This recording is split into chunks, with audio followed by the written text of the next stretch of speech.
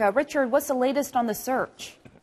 Well, the search is now being very much concentrated in the Gulf of Thailand, round about this area in the South China Sea, just between Malaysia and Vietnam, more on the Vietnam side, after there are reports that a sheen of oil had been seen from the water and that debris had been seen. Now, this is what one would expect to see, of course, in these situations if the plane did crash and went into the water. And now ships and air and sea rescue from both Vietnam and Malaysia, and Singapore is also involved. China will also get involved. The US forces that are in their area could be involved too. Everybody will be in a coordinated attack, an attempt to try and find exactly where this aircraft is in the water.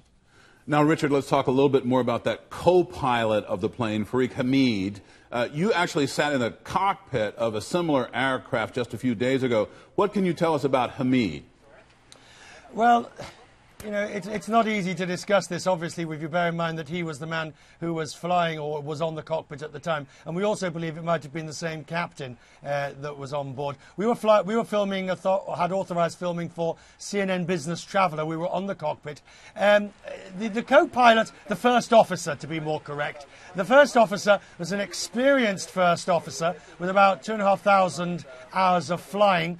He was in the process of transitioning from his previous aircraft to the 777 fleet. He'd had several months of training in the simulators and was now in training on board the aircraft as exactly as it would be. And there would have been an extremely, as there was on this flight, the captain on this flight, extremely experienced training captain who was with him on this flight.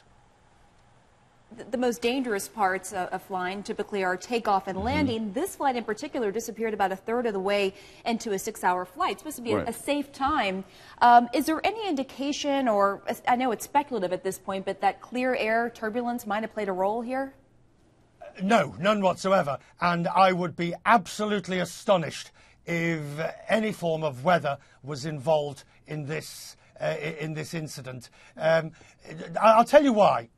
Weather, the plane is built to fly at minus 74 degrees at 37,000 feet and bounce around in the air. It is built for that. It can carry all sorts. Now, they will have had, as indeed on this particular flight that you showed me with the captain and the first officer, they have radar. In fact, they can see on the radar, it's either red or amber. They can see and they fly round bad weather. In fact, on the flight that we took with the first officer and the captain, we could see the cumulus clouds ahead that they had to go round because of bad weather. Now, that's one aspect of it. The second aspect of weather is that weather itself does not bring down planes.